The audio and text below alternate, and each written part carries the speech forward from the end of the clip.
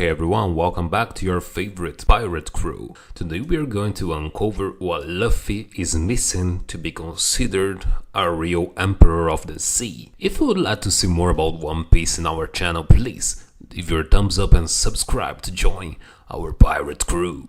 In One Piece we can see a bit of each emperor of the sea, more with their mysteries and others showing all their magnificence and power. But something that intrigues and not only draws attention and also leaves a good part of the fans with doubts is if the Luffy is an emperor of the sea. And if not, what is missing then for him to be? So let's try to explain as much as possible about this subject.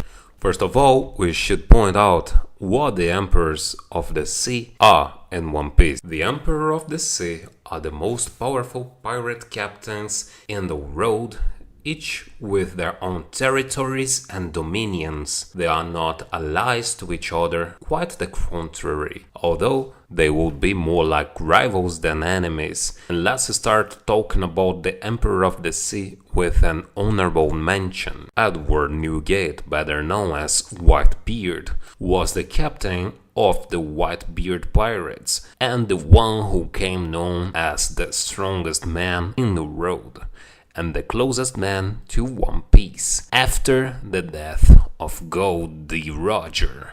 Before forming his own crew, he was a member of the legendary crew Rock's Pirates, and later in life he became a member of the Emperor of the Sea who ruled the New Road, before his death in the Marineford War. In his prime, Whitebeard achieved the title of Road's Strongest Man, long before the Great Pirate Age and the death of Roger, who was his rival, for he had immense power and ability to destroy the world. He ate the Gura Gura no Mi, a paramecia-type devil fruit that made him an earthquake man. It was considered the strongest devil fruit within the paramecia class.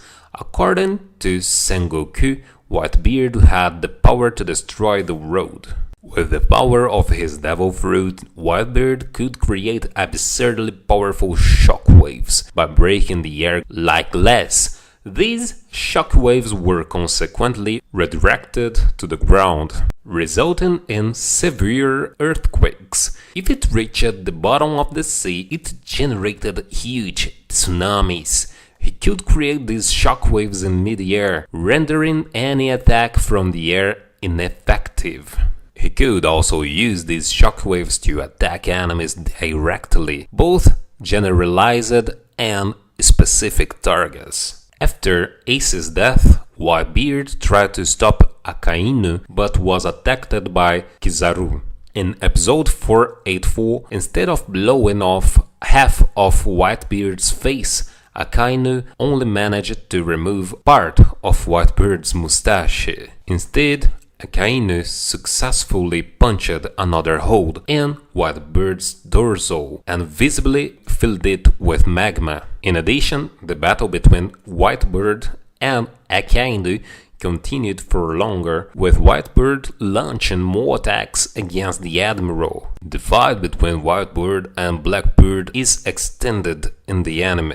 Blackbeard lands punches to Whitebeard's dorsal and chin. Even after proving that Whitebeard's earthquake punch has no effect on Blackbeard, Whitebeard continues to punch several times before using his power. Whitebeard was unable to move after his last attack on Blackbeard, but managed to move forward, and his body turned red with smoke blowing from it, similar to Luffy's Gear Second. This was probably done to show his fury. Also, Whitebeard's speech about One Piece was longer in the anime.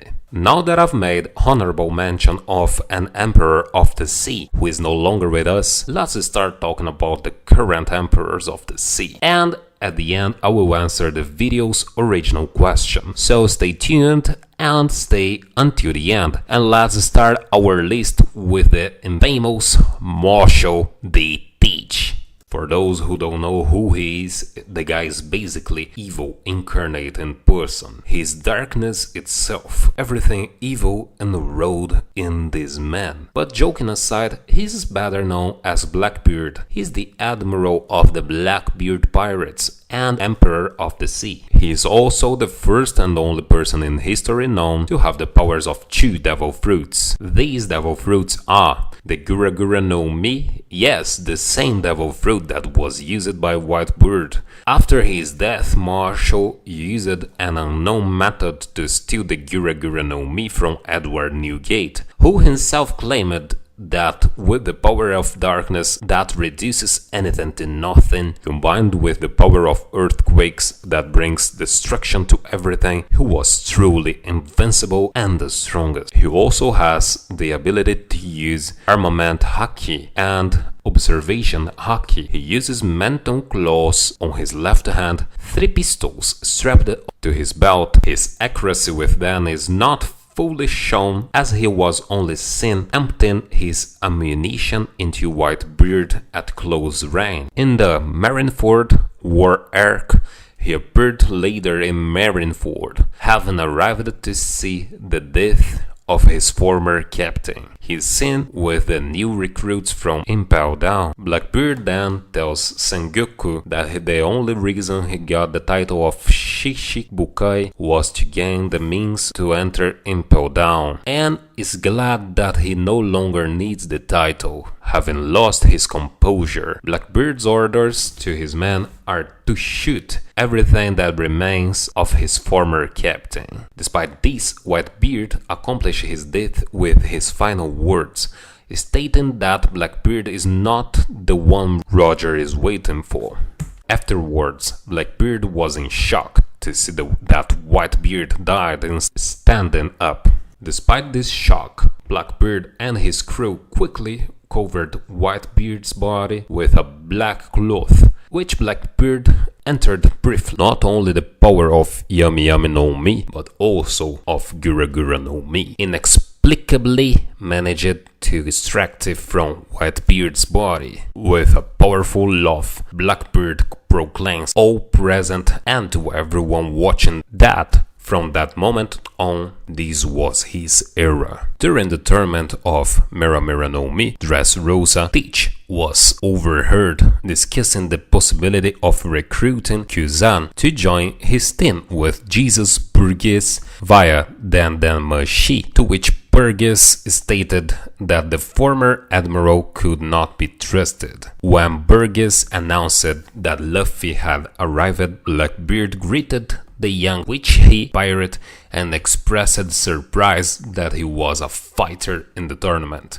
Knowing Luffy's reason for entering the tournament, Teach assured him that Burgess would be the one to obtain the Devil's Fruit, and that it would be the same as having Ace John had rejected his previous offer. Luffy then angrily stated that he would never allow him to steal Ace's power. As news of Luffy's exploits in Total Land spread around the world, Teach read the newspaper and laughed as he commented that it was too early for Luffy to be called an emperor of the sea. Now we will go through Charlotte Linlin. Charlotte, aka Big Mom, is a great woman. Not only don't judge anyone by their looks, she is the only emperor of the sea in the group who is a woman, which means she is very brave. She possesses an immense level of brute strength and can destroy entire cities with her bare hands. Her body is almost indestructible, but becomes more vulnerable when she suffers a mental shock. When she gets into an emotional crisis, the raw power of her voice is capable of incapacitating extremely powerful fighters, such as Katakuri and Smoothie. Her voice is also powerful enough to act as a barrier against bazooka shots. She is the matriarch of the great Charlotte family, which makes up the infrastructure of her crew. She also rules Total Land as its queen, seeking to form an utopia, where all races of the world can live together in peace without suffering discrimination and segregation. She was the last emperor of the sea to be named. Her epithet was first mentioned after the Battle of Marineford Eustace Kid, and her real name by Papag in the Island of Fishmen. Due to her actions, role and intentions, she is the main antagonist of the whole Cake Island arc, and one of the central antagonists of the Emperor of the Sea saga. We will now see Shanks, the redhead. Shanks is a guy who simply needs no introduction. The guy is too thick-skinned. He's the main inspiration of our dear Mugiwara, who was the one who gave him the famous straw hat. He stands on an equal footing with his fellow Emperor of the Sea, even though he's still young. However, the extent of its powers remains largely unknown. He is so strong that his presence alone was enough to convince countless elite Navy officers to quit rather than risk angering him. Now to the last emperor, the main antagonist of the ongoing arc of Wano, Kaido. He has been called the world's strongest living creature, and for good reason. Kaido possesses an unfathomable level of brute strength. He was able to defeat Gear 4th Enhanced Luffy in a single blow.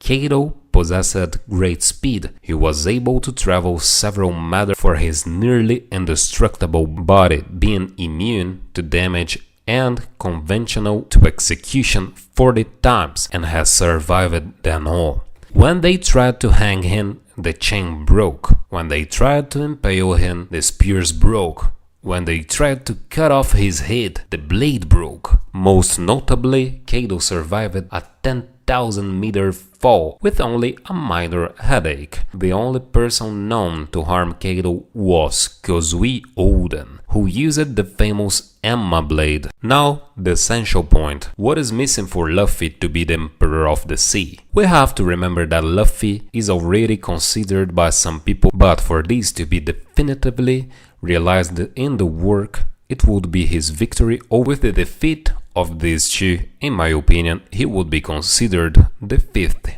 Emperor of the Sea. That's it, my Mugiwara. I really hope you enjoyed this video, and if you have any suggestions for a video, don't forget to comment below, because I will be reading them all, as I always do. Also, don't forget to leave a like if you enjoyed the video, and be sure to subscribe and ring the bell so you don't miss out on any content from